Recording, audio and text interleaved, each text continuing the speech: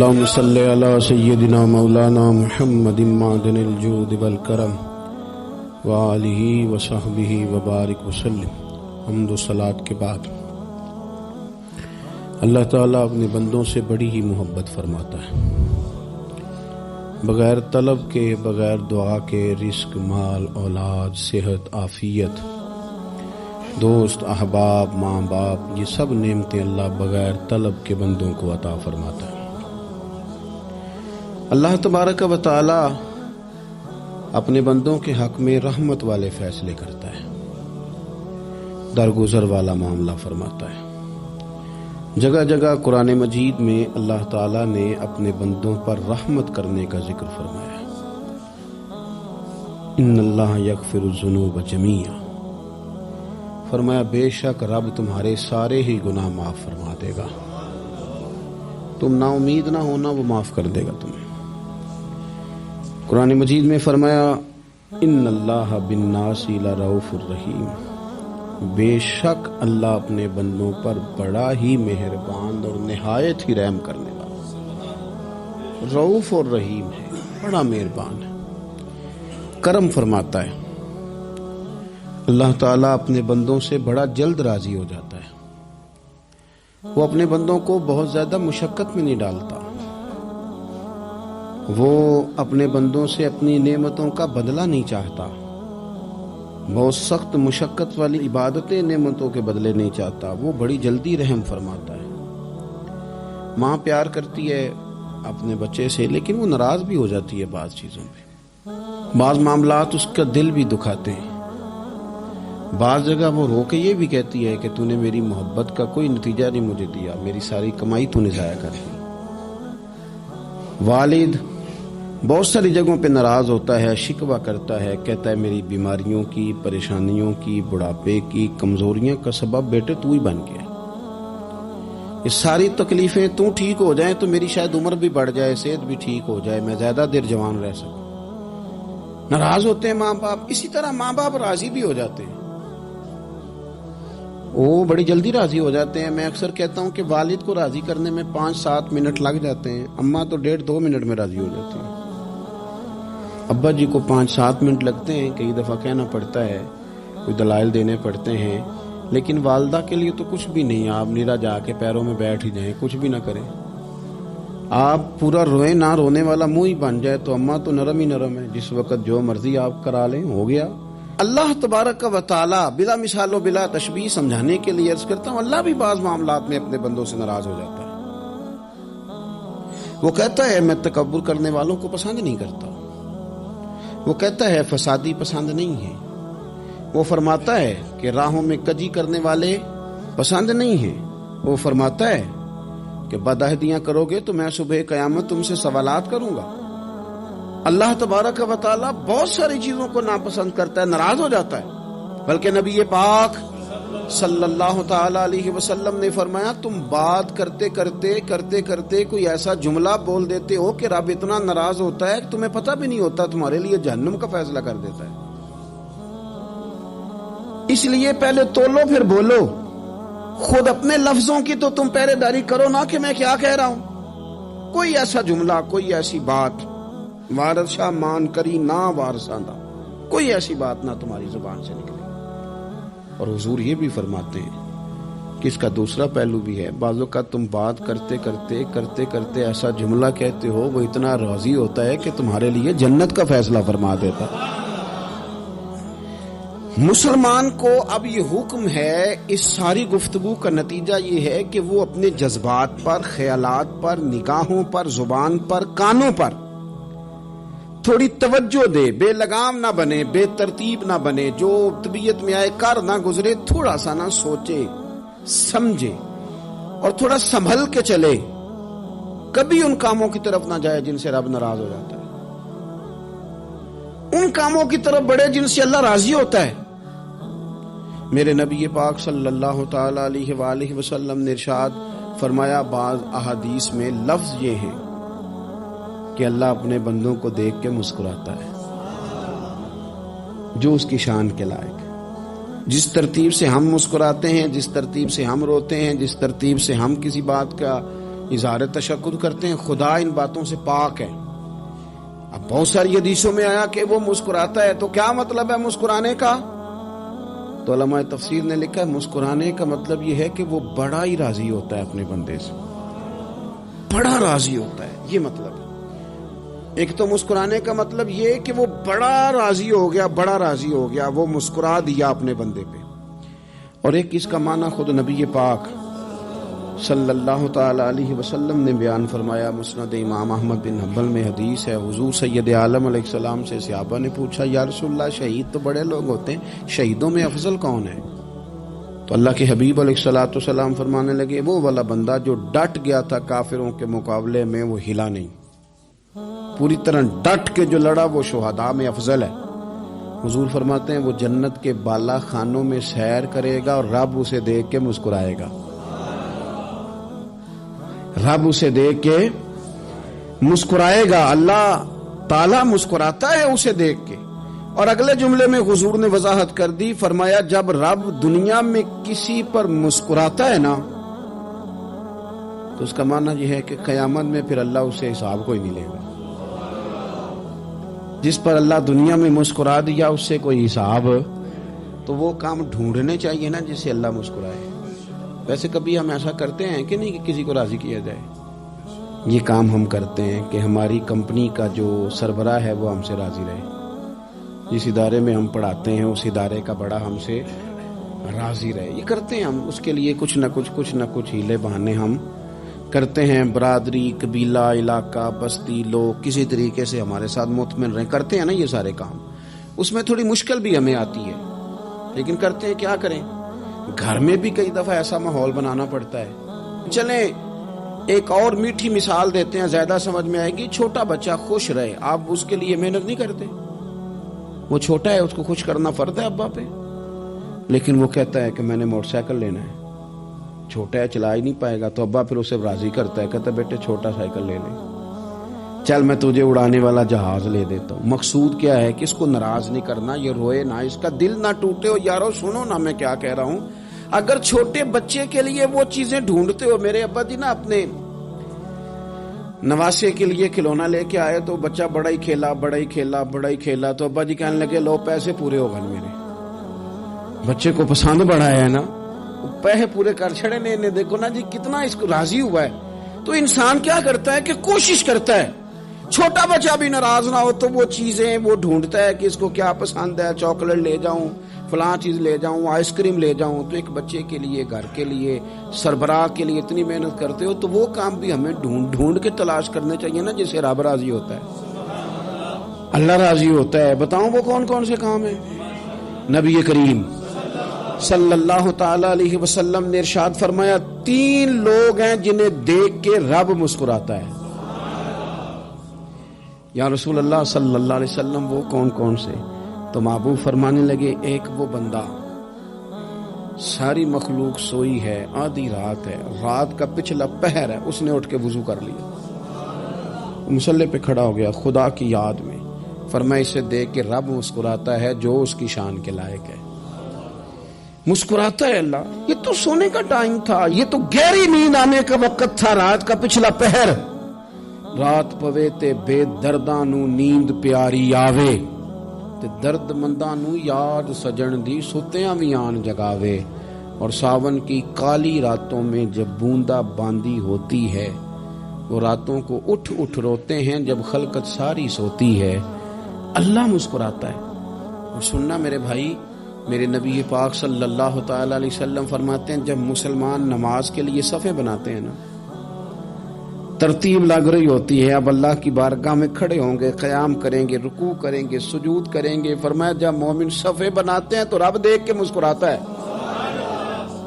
مسکراتا ہے۔ کمال ہو گئے عروج بندگی کا، جب بندے کو دیکھ کے رب مسکرائے، خدا بندے سے خود پوچھے بتا تیری رضا کیا ہے، مسکراتا ہے۔ اور میرے نبی پاک علیہ السلام فرماتے ہیں جب مجاہد جہاد کے لیے صفیں سیدھی کرتے ہیں، آج تو یہ رب کے نام پہ مرنے ہی آ گئے، یہ صفوں میں کھڑے ہوں گے، ترتیب سے لڑیں گے، ترتیب سے گلا کاٹیں گے کافروں کا، یا شہادت لیں گے، فرمایا جب جہاد کے لوگ صفیں بناتے ہیں تو رب انہیں دیکھ کے مسکراتا ہے. کتنے نصیبوں والا وہ بندہ ہے جسے دیکھ کے مسکرا دیا. او یار کبھی تیرا بیٹا تیرے سامنے مسکرائے نا چھوٹا تو تیرا دل باغ باغ ہو جاتا ہے. تیری ماں بیمار کسی ایک دن صحیح طرح ہنس پڑے تو طبیعت خوش ہو جاتی. مجھے بتاؤ نا جس کا رب بھی اسے دیکھ کے ہنس پڑے جو اس کی شان کے لائق ہے, کیا اس بندے کے نصیبے ہیں, کیا اس کے مقدر ہیں.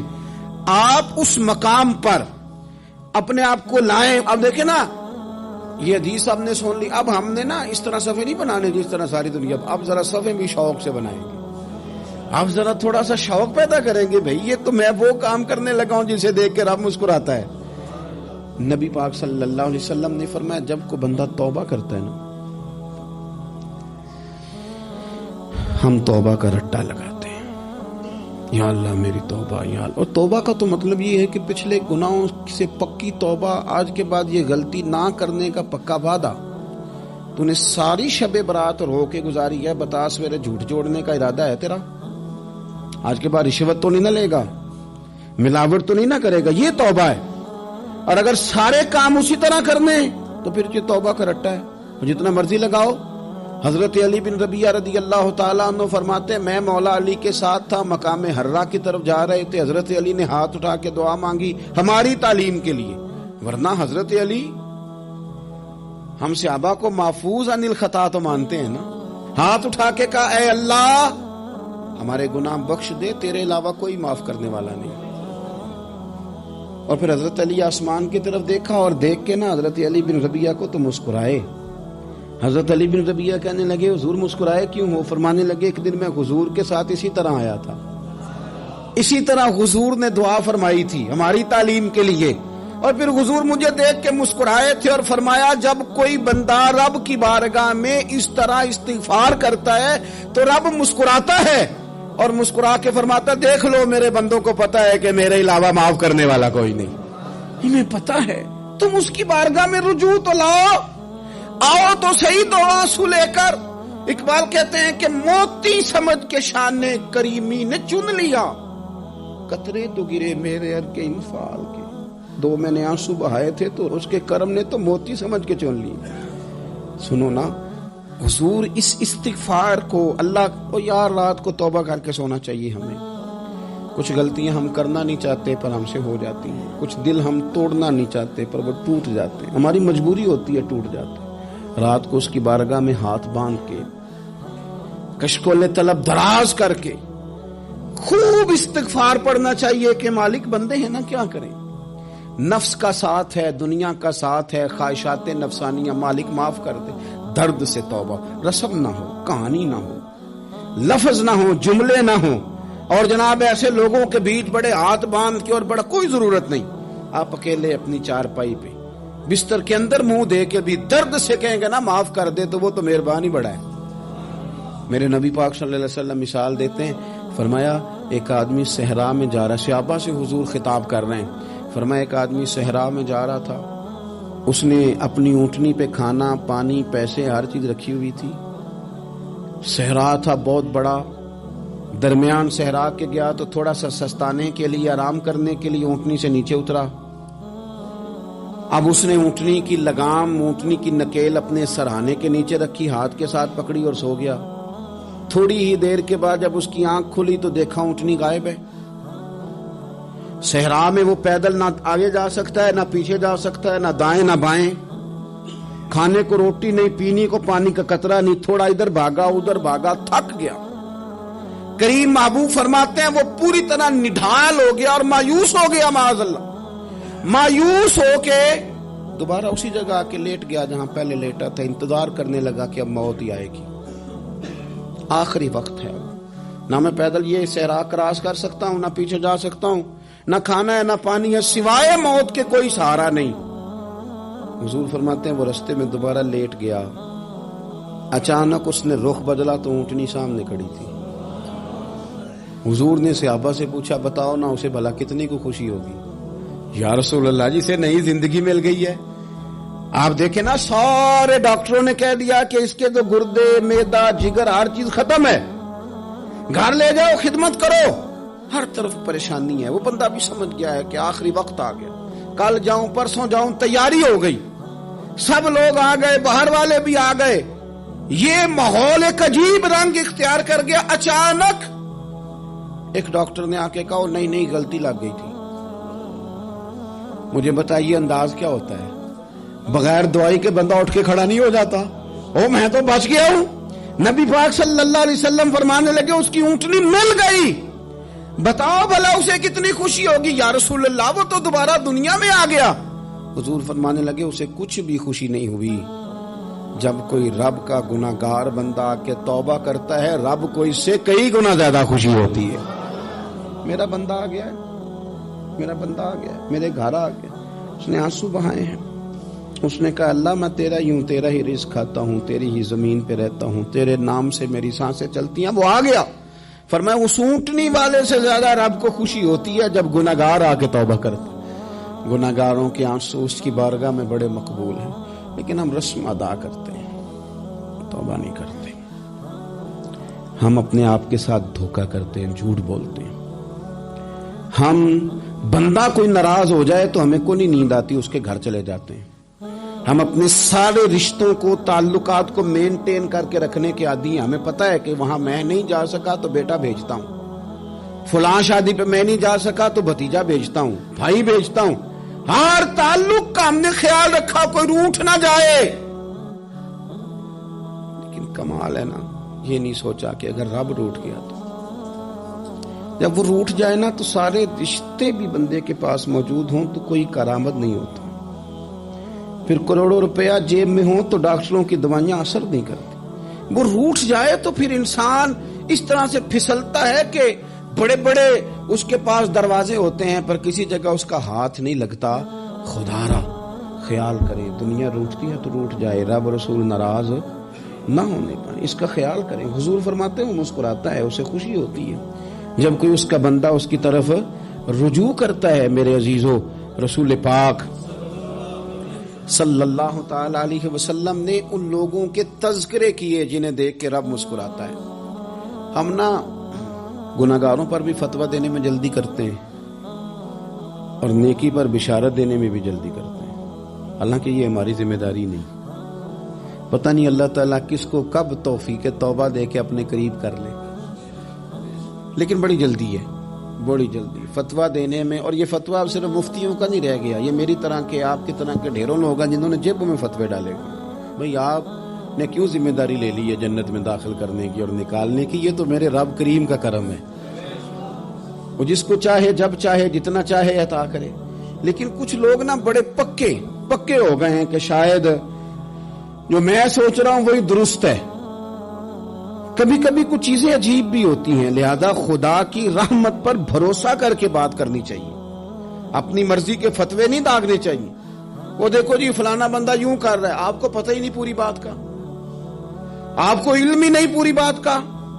حضرت بہاءاللہ نقشبند بخاری رحمت اللہ علیہ فرماتے میں حج کرنے گیا تو وہاں میں نے ایک آدمی کو کروڑوں کا کاروبار کرتے دیکھا تو میرے دل میں خیال ہے یہاں بھی اللہ اللہ کرنی چاہیے تھی, دنیا داری کر رہا ہے. لیکن فرماتے ہیں حج سے فارغ ہوئے تو میں نے دیکھا وہی بندہ سارا کچھ رب کی بارگاہ میں خیرات کر رہا ہے, اور سینکڑوں غریب حاجی ہیں جن کو پورے خرچے دے رہا ہے. تو میں نے وہی اپنی سوچ سے توبہ کی کہ میں کہاں تھا. بڑی جلدی کھڑے نہ ہو جائیں. حضرت حسن بصری رحمت اللہ تعالی علیہ ارشاد فرماتے ہیں کہ میں دریا کے کنارے گیا تو وہاں میں نے ایک شخص کو دیکھا, وہ اپنی ایک خاتون کی گود میں سر رکھ کے بیٹھا اور قریب ایک بوتل بھی پڑی ہے. میرے دل میں معاذ اللہ خیال آیا کہ دیکھو کس انداز میں ایک عورت کے ساتھ یہ ہے اور پاس بوتل بھی پڑی ہے, جانے شراب ہے. کہتے میں سوچ ہی رہا تھا کہ اچانک کی کشتی آ رہی تھی دریا میں, وہ ہچکو لے کھائے, کشتی میں 4-5 لوگ تھے, وہ دریا میں ڈوبنے لگے. وہ آدمی تیزی سے اٹھا, دریا میں چھلانگ لگائی, پہلے ایک کو نکالا, پھر دوسرا نکالا, پھر تیسرا نکالا, ایک بندہ رہ گیا. کہنے لگا حضور مجھے تو آپ نے گناہگار سمجھا ہے, میں تو بڑے غلط انداز میں یہاں بیٹھا ہوں, آپ نے جو سوچا چلیں یہ چوتھا بندہ آپ نکالنا ہے, کرے نا یہ کام, کرے نا یہ کام. بڑے بھولے بھالے بڑے اللہ والے, ریاض آپ کو بس ہم ہی جانتے ہیں. اتنی جلدی فتویٰ. حضرت حسن بصری فرماتے ہیں میں پشیمان ہوا میں نے کہا مجھے تیرنا نہیں آتا، تو دیر نہ کر، چوتھا ڈوب نہ جائے۔ پھر تو اس نے چھلانگ لگائی، چوتھا بھی نکال لایا اور کہنے لگا حضرت آپ نے جلدی کی سوچنے میں، یہ بی بی میری ماں ہے اور یہ سرکے کی بوتل ہے۔ ہم ماں بیٹے کا یہ مشغلہ ہے کہ یہ وہ جگہ ہے جہاں آ کے لوگ مسافر اترتے ہیں، اور یہاں سے کسی کا گھر 100 میل ہے، کسی کا 200 میل ہے، ہم صبح سرکہ، کھجوریں، روٹیاں لے کے یہاں آتے ہیں، مسافروں کی نوکری کرتے ہیں، کوئی پریشان ہو تو مدد کرتے ہیں۔ حضرت خواجہ حسن بصری فرماتے ہیں میں نے معافی مانگی، ان سے بھی مانگی، رب سے بھی مانگی، انہوں نے مانگ لی نا بزرگ تھے، پر ہم کو نہیں تیار مانگنے کو۔ ہم ہر وقت بدگمانیاں، وہ فلانا فلانے جرم کرتا تھا، میں اسے اب کیسے نیک مان لوں؟ بھئی اب وہ نمازی ہے، خدا کے گھر آتا جاتا ہے، اب اللہ کی بارگاہ میں حاضر ہوتا ہے، جب رب نے معاف کر دیا تو بھی سوچ بدل جا۔ سنیں حضور کیا فرماتے ہیں، نبی پاک صاحب الاخلاق صلی اللہ تعالی علیہ وسلم فرماتے ہیں، مسند امام احمد بن حنبل دیکھیے، فرمایا رب اس وقت بڑا ہی مسکرائے گا جب قاتل بھی جنت میں جائے گا، مقتول بھی جنت میں جائے گا۔ یا رسول اللہ مقتول تو گیا، یہ قاتل کیسے چلا گیا؟ حضور فرماتے ہیں جائے گا، اور جائے گا اور رب مسکرائے گا جو اس کی شان کے لائق ہے۔ یا رسول اللہ کس طرح؟ تو نبی پاک صلی اللہ علیہ وسلم فرمانے لگے اس نے ایک مومن کو قتل کیا تھا، وہ شہید ہو کے جنت میں چلا گیا، اب اللہ نے بعد میں اسے توبہ کی توفیق دے دی، پہلے اس نے کلمہ پڑھا، پھر یہ میدان میں اترا، کافروں سے لڑا، یہ شہید ہوا، رب نے اسے بھی جنت دے دی۔ قاتل بھی جنت میں، مقتول بھی جنت میں، اور بات اتنی انوکھی ہے کہ رب دیکھ کے مسکرا رہا ہے جو اس کی شان کے لائق ہے۔ ہم جلدی میں ہیں، ہم انتظار نہیں کر رہے کہ شاید توبہ کر جائے، ہم انتظار نہیں کر رہے، لیکن میرے عزیز اتنی جلدی نہ کریں۔ سوچوں کا صاف ہونا، ذہنوں کا پاک ہونا، اور لوگوں کے بارے میں گمان کا اچھا ہونا۔ آپ کسی نفسیات کے ڈاکٹر کے پاس چلے جائیں، اسے کہیں ٹینشن بڑی ہے، میں ان کے مضامین پڑھتا رہتا ہوں، وہ سب سے پہلا سبق آپ کو یہ پڑھائیں گے کہ اچھا سوچا کریں۔ اچھا سوچنے سے بندہ تندرست رہتا ہے۔ کس سے بندہ تندرست رہتا ہے؟ ہیں جی واقعی، یعنی اس والے پڑوسی کے بارے میں بھی اچھا سوچنا ہے گھر میں، اس والے کے بارے میں بھی، چھوٹے بھائی کے بارے میں بھی اچھا سوچنا ہے، اور بڑے کے بارے میں بھی اچھا ہی سوچنا ہے۔ یعنی اپنی برادری قبیلے کے بارے میں بھی اچھا سوچیں، جو قبیلے کا نہیں اس کے بارے میں بھی چلیں تھوڑا سا اچھا سوچ لیں۔ اپنے بارے میں تو اچھا سوچا ہے بڑا، میں کہتا ہوں کہ ہم اپنی غلطیوں سمیت اپنے آپ سے بڑا پیار کرتے ہیں، اور دوسرے کی ایک غلطی نظر آ جائے تو ہمیں گھن آنے لگ جاتی ہے۔ آپ جلدی نہ کریں، مالک نے موقع دیا ہے بندوں کو، نہ وہ کسی کا رزق چھین رہا ہے، نہ سانسیں چھین رہا ہے، وہ اپنی زمین پہ چلنے بھی دے رہا ہے، رہنے بھی دے رہا ہے، تو جب اس نے موقع دیا ہے آپ بھی تھوڑا موقع دیں۔ اللہ بڑا کریم ہے، دروازے کھولے گا، اس کے بندے اس کی بارگاہ تک پہنچیں گے۔ بدگمانیاں، اور پھر بدگمانیوں کا عروج، اور اس لیول تک جا کے بات کر دینا کا جہاں سے خوف آئے کہ یار یہ بات نہیں کرنی چاہیے۔ رسول کائنات سرور دو عالم صلی اللہ تعالی علیہ وسلم فرماتے ہیں کہ اللہ مسکراتا ہے۔ دیکھو ہمارے ہاں نا ایک اور بھی مسئلہ بن گیا ہے، میں نے کچھ لوگوں کو نا پکا، میرے پیارے ہیں، محبت ہے مجھے، تو میں چونکہ آپ میری کلاس ہیں، میں مشاہداتی اور تجرباتی باتیں بھی کر لیتا ہوں، اسی کی روشنی میں کئی دفعہ گفتگو بھی تیار کرتا ہوں۔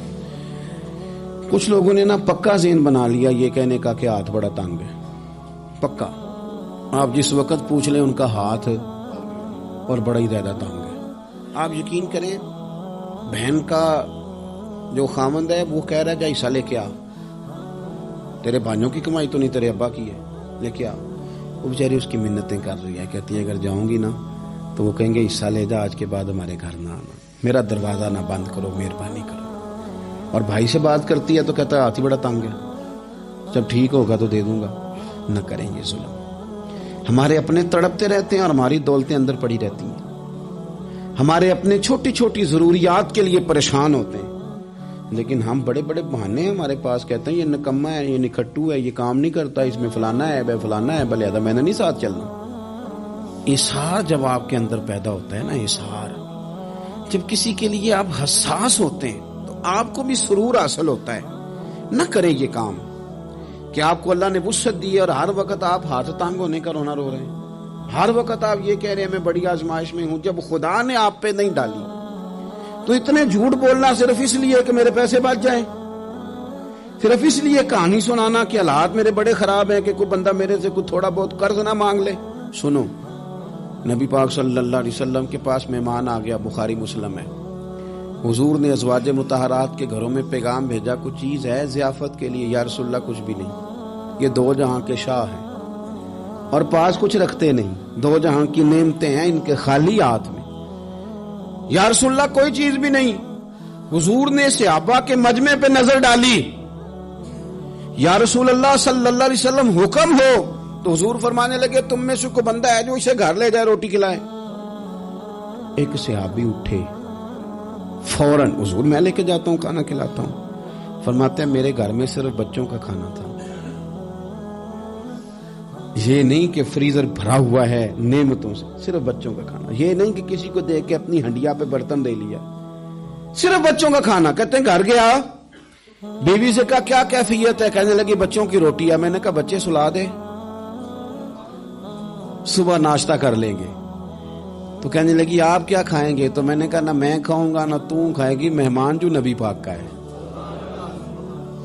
اچھا اب ذرا تجویز دیکھو میاں بیوی کی سوجھی آپس میں۔ کہتے ہیں کھانا لگا دینا، کیونکہ ایک آدھ بندے کا کھانا ہے۔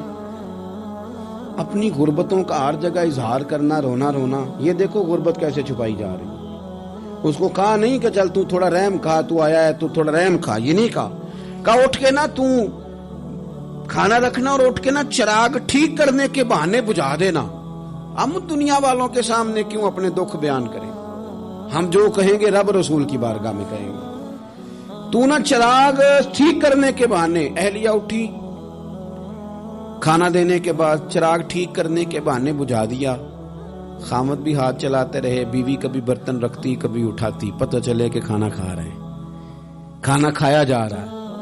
کہتے ہیں مہمان پیٹ بھر کے کھانا کھا گیا۔ یہ کام ہوا رات کے اندھیرے میں، اس وقت ہوا جب چراغ بھی بند تھا، اس وقت ہوا جب کوئی دیکھنے والا نہیں تھا، کسی پڑوسی کو بھی خبر نہیں تھی۔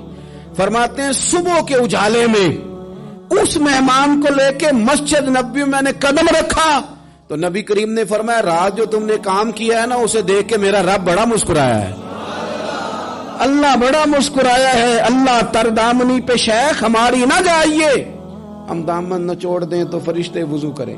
یہ شان ہے صحابہ کی۔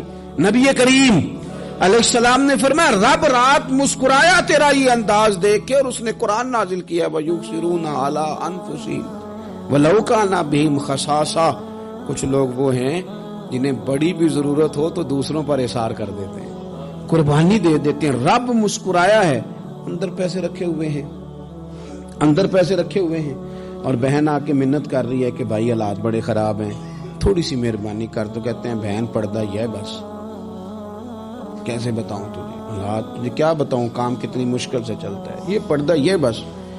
بہرحال اگر تو نے کہا ہے نا 50,000 تو میں زیادہ نہیں کو 20 کو دے دوں گا تجھے، وہ بھی خاصی نیکی کر کے، وہ بھی بتا سکھا کے۔ رات اماں پہ علیحدہ سے احسان چڑھاؤں گا، ابا پہ علیحدہ سے چڑھاؤں گا کہ تمہاری بیٹی کے ساتھ تعاون کرنا، سارے علاقے کو ویسے ہی بتاؤں گا۔ اور وہ غریبنی بیچاری 20,000 لے کے گھر گئی ہے، پھر سفارشیں کر رہی ہے کہ مہربانی کرو۔ میں نے ایسے بھی دیکھے ہیں جو پہلے بیوی کو پکڑاتے ہیں تو دے، اس لیے کہ پھر وزیر اعظم تو ڈنڈا نکال لے گا تو بڑا مشکل ہو جائے گا پھر گھر میں رہنا، لہذا وہ یہ تو آگے لگ۔ یہ کیا لہجہ ہے آپ کا؟ یہ تو کسی کو بھی دیں تو چھپا کے دینے کا حکم ہے، کسی کو بھی دیں تو ہمیں حکم یہ ہے کہ سیدھے ہاتھ سے دینا ہے، الٹے کو خبر۔ اور یہ جو بالکل ہی اپنے ان پر تو پردہ پوشی آپ کے لیے ویسے ہی ضرورت تھی۔ میرے عزیز رب مسکراتا ہے، میرے نبی پاک علیہ السلام نے یہ اعمال ہمیں بتائے جن پر اللہ مسکراتا ہے، خوش ہوتا ہے۔ اور بعض لوگوں کو حضور نے نامینیٹ کیا، حضرت سعد بن معاذ رضی اللہ تعالیٰ عنہ عظیم صحابی تھے۔ یہ وہ خوبصورت صحابی ہیں جن کے جنازے کو کندھا میرے نبی پاک نے عطا فرمایا، حضور نے کندھا عطا فرمایا۔ کمال ہو گئی، نرخ بازار محبت کا انوکھا ہی ہو گیا، خود خریداروں میں شامل آ کے مولا ہو گیا۔ حضور نے کندھا دیا۔ حضرت سعد بن معاذ رضی اللہ تعالیٰ عنہ کا جب جنازہ اٹھا، ان کی والدہ رو پڑی، بڑے درد سے روئی، ماں تھی نا، ان کی آواز جب حضور تک گئی تو نبی پاک نے فرمایا آنسوؤں کو روک لے، آواز کو کم کر لے، تیرے بیٹے کی تو جب روح پرواز ہوئی ہے تو رب مسکرایا ہے، جس کے آنے پہ رب راضی ہو مسکرا دے جو اس کی شان کے لائق ہے۔ یہ تو وہ لوگ ہیں کہ جن کے جانے پر نہ رب، وہ کسی نے کہا تھا کہ میرے مرنے پہ ہر سو شور مچ جائے گا، دیکھو گے میرے مرنے پہ ہر سو شور تمہیں پتہ چل جائے گا جب ہم جائیں گے، میرے مرنے پہ ہر سو شور مچ جائے گا دیکھو گے، اور کہنے الوداع سرکار خود تشریف لائیں گے۔ اور درویش کہنے لگے بعد مرندے مکھڑا میرا ہو جاوے جے تازہ، پھر سمجھ لینا محبوب میرے نے آن پڑے ہے جنازہ، اور عاشق کا جنازہ ہے، ذرا دھوم سے نکلے اور محبوب کی گلیوں سے ذرا گھوم کے نکلے۔ فرمایا کہ ان کے تو جانے پہ رب کریم، اور حضور نے ایک دعا بھی دی۔ حضرت طلحہ رضی اللہ تعالیٰ عنہ صحابی تھے، ان کا وصال ہو گیا تو حضور نے دعا بھی دی۔ فرمایا یا اللہ جب میرا طلحہ ہے نا تو اس سے مسکرا کے بات کرنا، یہ تجھ سے مسکرا کے بات کرے جو تیری شان کے لائق ہے۔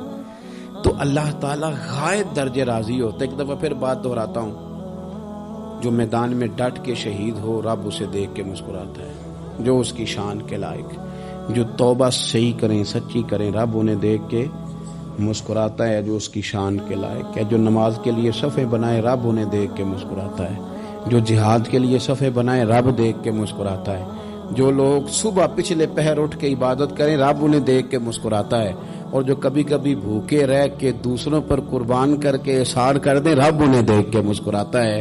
بہت بڑی فضیلت ہے۔ اللہ ان سارے کاموں میں سے کسی ایک کام پہ ہمیں بھی لگا دے تاکہ یہ بڑی فضیلت اللہ تعالی ہم گناہگاروں کے حصے میں بھی فرما دے۔ آخر دعوانا ان الحمدللہ۔